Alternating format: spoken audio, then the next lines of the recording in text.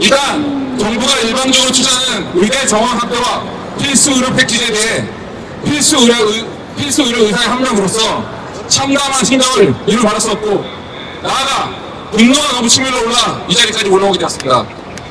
발언을 시작한 데 앞서 대한민국 헌법 일부를 말씀드리며 시작하겠습니다. 헌법 제10조 모든 국민은 인간으로서의 존엄과 가치를 가지며 행복을 추구할 권리를 가진다.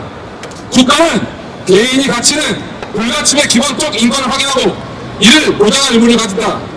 헌법 제15조 모든 국민은 직업 선택의 자유를 가진다. 현재 정부의 말도 안 되는 의료농단 사태에 대해 가장 피해를 보고 있는 것은 젊은 의사들, 특히 전공의와 의대생들입니다. 그렇게 이들은 본인들의 미래가 불투명하게 개별적으로 사직을 해서 나온 건데, 이에 대해 지난 4개월 동안 각종 말도 안 되는 명령과 억압으로 이 젊은 의사들의 헌법에 명시된 기본적 인권과 직업 선택의 자유를 제한하고 있습니다. 그것이 바로 헌법입니다. 민주주의의 원칙을 깨뜨린 것이 바로 정부입니다. 게다가 이 사태가 일어난 건 2월입니다. 그런데 2월이 아닌 복귀하는 인원들에 대해서 그 복귀 시점부터 사직을 처리해주겠다는 말도 안 되는 개변을 내세우고 있습니다. 이게 말이 됩니까? 안 됩니다. 젊은 의사분들, 선배 의사로서 이러한 의료 환경을 물려주게 돼서 너무너무 미안하고 미안한 따름입니다.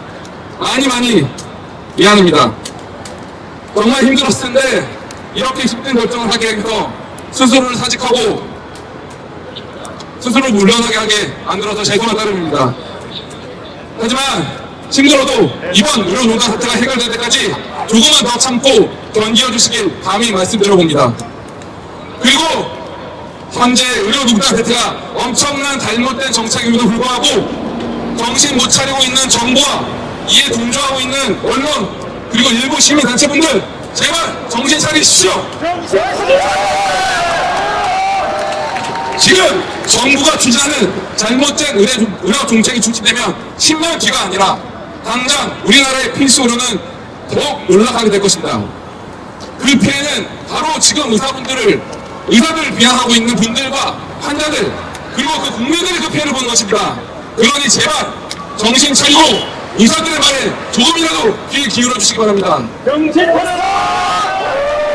그리고 그들이 매번 내세우는 이제는 지겨운 OECD, 매번 많이 들으셨겠지만 미국, 일본은 물론이고 인도보다도 못한 게 우리 의료의 수가입니다. 그리고 3분 진료를 안 하면 적자를 볼 수밖에 없는 게 우리의 진료비 수가입니다. 이런 저수가에 더불어 영국에는 거의 없을 뿐더러 일본도 우리나라의 15분의 1밖에 안 되는 불가항력적 의료사고의 형사 법정에서는 현실이 너무 많은 것이 우리나라의 필수 의료의 현실입니다. 최근에 뇌피나 사건도 마찬가지입니다. 말이 안 되는 것입니다. 이 기본적인 두 가지를 해결하지 않는 한 의대정원 학대는 더욱더 필수 의료를 몰락시키게 할 것입니다. 그렇지 않습니까? 정부가 내놓은 필수 의료 패키지 또한 그 내용을 하나하나 뜯어보면은 이건 필수 의료 몰락 패키지, 나아가 의료 체계 전면 몰락 패키지라고 할 수 있습니다. 그렇지 않습니까? 이렇게 얘기하면 정부는 매번 핑계를 댑니다. 의료비 전체 총액이 늘면 국민들의 세금이 늘어난다. 예산상 어쩔 수 없다. 매번 건강복리 흑자지만 미래에는 적자가 될 것이다. 수가는 올리는 한계가 있다. 등등등. 그렇게 몇십 년째 둘러대는 이유를 가만히 들여다보면 결국 국민 고령화 시대와 건강이 중요한 이 시대에 지금의 국민 건강보험 제도는 한계가 있고 정말 많은 문제가 있다는 반증하는 것이 아닙니까? 그렇지 않습니까, 여러분?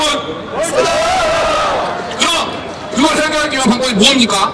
어떻게 해야 될까요? 바로 건강보험 강제지원제를 당장 폐지해야 됩니다. 그런데 정부는 거꾸로 오히려 건강보험료를 늘리는 의대정원 확대를 추진하고 있고, 결국 국민건강보험료에 무리를 달 것을 예상되는지 저수가를 통한 의료의 질을 더욱더 떨어뜨리는 총액 계약제 일부를 반영시킨 정책, 바로 필수 의료 패키지를 지금 시행하고 있는 것입니다. 이러한 정책이야말로 저수가와 열악한 의료 환경에서 세계적으로 높은 수준의 의료 수준을 보여주고 있는 대한민국의 의료를 한탄으로 몰아가는 정책이 아니면 도대체 무엇이란 말입니까? 이제만 죄송하지만 한 가지만 더 예를 듣겠습니다. 몇 년 전부터 시행된 포괄수까지 모두 아시겠습니다. 그 포괄수까지 덕분에 지금 몇 년 지난 산부인과들 어떻게 되고 있습니까? 모두 공무원 산부인과는 문을 닫고 있습니다. 이 말도 안 되는 포괄수까지 추진한 당시 복지부 국장이 박모 씨이며 현재는 복지부 차관으로 일을 하고 있는 걸로 알고 있습니다. 이게 사실이면 당장 파면하고 책임을 지켜야 되는 게 당연한 거 아닙니까, 여러분?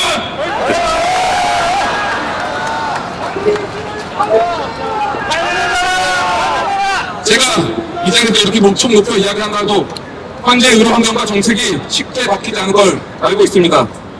그리고 정부는 콧방귀도 피지 않을 거 알고 있습니다. 하지만 여러분, 그렇다고 해서 절망적으로 변할 의료 환경이 눈앞인데 속으로만 구글볼 끓고 각자 고생하면서 양국의 의료 환경에서 평생 의사 노예로 살아갈 수 있습니다. 이번에 이 의료농단 사태를 막을 수 있는 유일한 방법은 정부가 전공의가 요구한 7가지 요구안 전부를 받아들일 때까지 의료인의 모두가 힘을 똘똘 뭉쳐 죽어가고 정부에 맞서 싸우고 국민들을 설득시켜야 합니다. 국민 여러분, 의사들의 집단 위기주의 밥그릇 싸움이라고 하는데 그렇게 생각할 수 있습니다. 하지만 우리 의사들은 의사를 위한 밥그릇 싸움을 하고 있는 게 아닙니다. 우리는 이 잘못된 의료 환경에서 피해를 볼 환자와 국민들을 위한 밥그릇 싸움을 하고 있는 것입니다. 그러니 제발 의사들이 아닌 잘못된 정책을 추진하고 있는 정부를 비판해 주시길 바랍니다. 마지막으로 여러분, 정부나 복지부 앞에 우리 떨지 맙시다. 걱정하지 맙시다. 환자를 옆에 두고 참여할 수 없다는 거, 여기 나온 모든 의사분들이 그런 마음이지만 그런 마음으로 우리가 약해지면 결국 지금의 의료농단이 이어지면 오히려 앞으로 환자를 더욱 힘들게 할 수 있다고 생각합니다. 우리가 강하게 뭉칠수록 이 사태는 더욱 빨리 해결할 수 있습니다. 어쩌면 의료 전체가 멈추는 상황이 오더라도 그로 인해 이 사태를 해결할 수 있다면 그렇게 해서라도 이 의료농단을 해결해야 됩니다. 안 그럴까요, 여러분? 이렇게 하는데도 정부가 정신 못 차리면 더욱 강한 방법으로 우리의 의지를 보여줍시다. 정부요, 제발 정신 차리고 사과하십시오. 그리고 의료농단 관련 전체 정부를 철폐하십시오. 남은 임기 3년 국민들이 너무 길다고 생각할 수 있습니다. 그렇지 않습니까, 여러분? 여러분, 의대생, 전공의, 의학, 모든 직업단체 우리 뭉칩시다. 그리고 다같이 달리를 배워나갑시다.